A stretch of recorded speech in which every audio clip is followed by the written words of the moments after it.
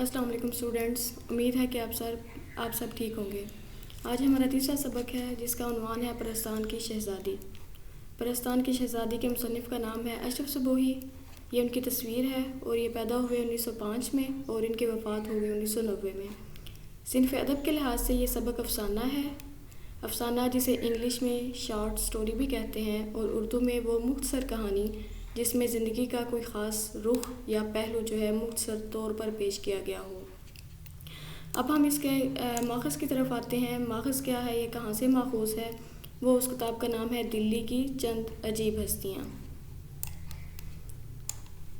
اب اس کا ہم خلاصہ شروع کرتے ہیں۔ پرستان کی شہزادی۔ پرستان جہاں پر پریاں ہوتی ہیں جہاں پر جن وغیرہ ہوتے ہیں۔ اور خلاصہ کچھ یوں ہے کہ سبق پرستان کی شہزادی کے مصنف اشرف صبوحی ہیں۔ اس سبق میں انہوں نے دلی کے روزمرہ محاورات کے استعمال کے ساتھ ساتھ ذو معنی الفاظ کیا ہوتے ہیں، یعنی کہ ایک لفظ ہے اس کے دو معنی نکل آتے ہیں، اور تشبیہات سے روشناس کروایا ہے۔ ہمیں تشبیہات سے جو ہے وہ تعارف کروایا ہے۔ تشبیہات کیا ہیں؟ ایک چیز کو دوسری چیز جیسا قرار دینا۔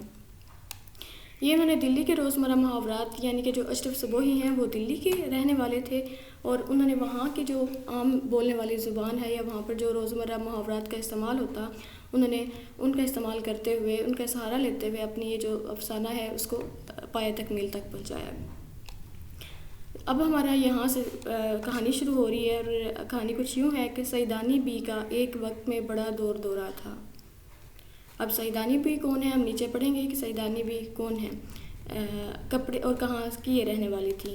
کپڑے سینے پرونے میں ان کا ثانی نہ تھا، یعنی کہ کوئی ان کا مقابلہ نہیں کر سکتا تھا، حتیٰ کہ محلوں میں سیدانی کے لیے پالکی یا ڈولی بیچ کر بلایا جاتا تھا، یعنی کہ وہ اعلیٰ پائی کی مغلانی تھی۔ مغلانی کہتے ہیں درزن کو۔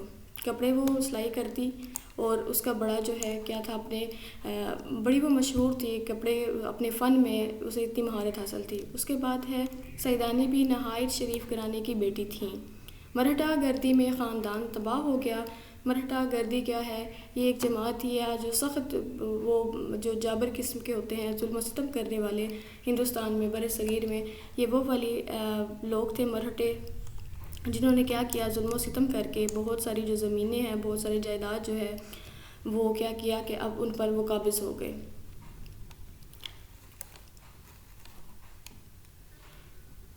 اچھا جی، مرہٹہ گردی میں خاندان تباہ ہو گیا، شادی کے بعد بیوہ ہو گئیں، چنانچہ مغلانی کا پیشہ اختیار کیا۔ مغلانی میں نے آپ کو بتایا کہ یہ کیا ہے، یہ درزن کو کہتے ہیں۔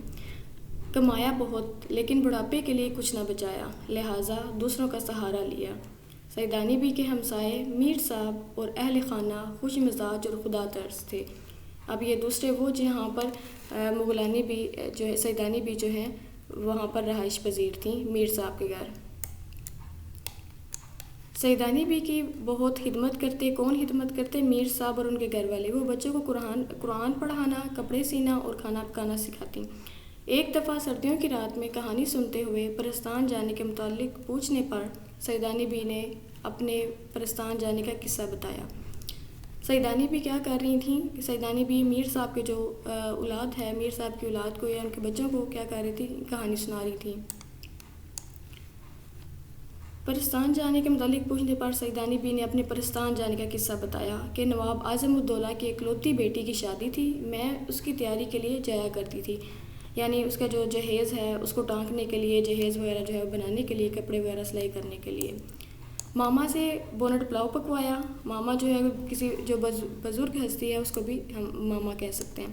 ماما سے بونٹ پلاؤ پکوایا۔ بونٹ پلاؤ کیا ہے؟ جو سبز چنے والے چاول جو ہیں انہیں ہم بونٹ پلاؤ کہتے ہیں۔ ابھی پلاؤ دم پر تھا کہ باہر سے آواز آئی کہ سرکار نے یاد کیا ہے۔ کون سے سرکار؟ یعنی کہ نواب اعظم الدولہ نے یاد کیا ہے۔ میں فوراً چلی گئی۔ میرے گھر سے نواب صاحب کا محل زیادہ دور نہ تھا، لیکن بہت دیر کے سفر کے بعد ایک شاندار محل کے سامنے پالکی رکنے پر بہت حیران ہوئی۔ جب محل میں داخل ہوئی تو ہر طرف چہل پہل اور پریوں کو دیکھا۔ یاقوت کے تخت پر بادشاہ اور اس کی بیوی بیٹھے تھے، ان کے ساتھ ان کی بیٹی بھی بیٹھی تھی۔ بادشاہ میری گھبراہٹ دیکھ کر مسکرایا۔ بادشاہ بیگم نے میری خیریت پوچھی۔ اتنے میں کھانے کے لیے دسترخوان چنا گیا، دسترخوان جس پر کھانے جو ہے ہم کھاتے ہیں۔ انواع و اقسام کے کھانے موجود تھے، طرح طرح کے کھانے موجود تھے۔ ظاہری بات ہے کہ وہ بادشاہ کا دسترخوان تھا تو اس پہ ایک طرح کے یا دو طرح کے کھانے نہیں ہوں گے، طرح طرح کے کھانے ہوں گے۔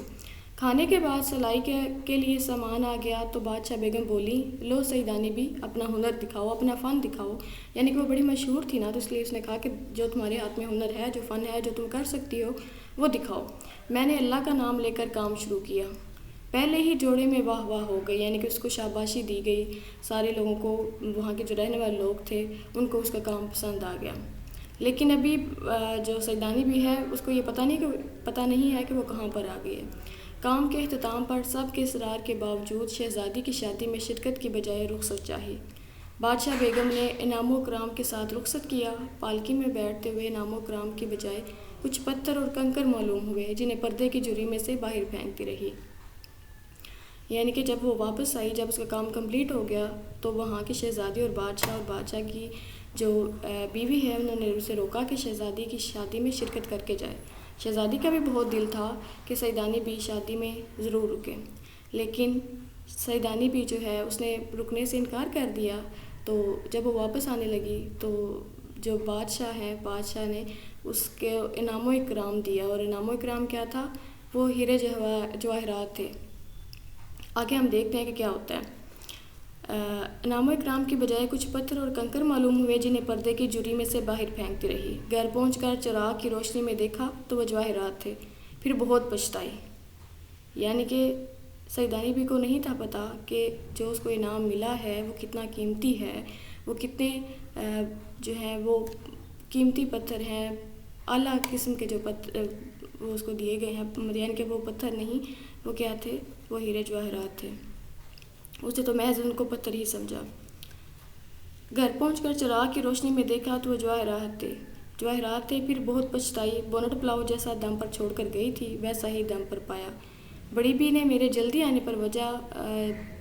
آنے کی وجہ پوچھی تو میں نے کہا کہ بھوک لگنے کی وجہ سے راستے سے ہی واپس آ گئی ہوں، اب کل جاؤں گی۔ یہ ہمارا افسانہ تھا جس میں پرستان کی شہزادی، یعنی کہ جس میں سیدانی بھی نے اپنی کہانی بیان کی، اپنا قصہ بیان کیا، کہاں پر جانے کا؟ پرستان جانے کا۔ اور پرستان وہ کیوں گئی؟ وہ شہزادی کی شادی کے جو کپڑے ہیں، جو اس کا جہیز کا سامان ہے، اس کو سلائی کرنے گئی۔ شکریہ۔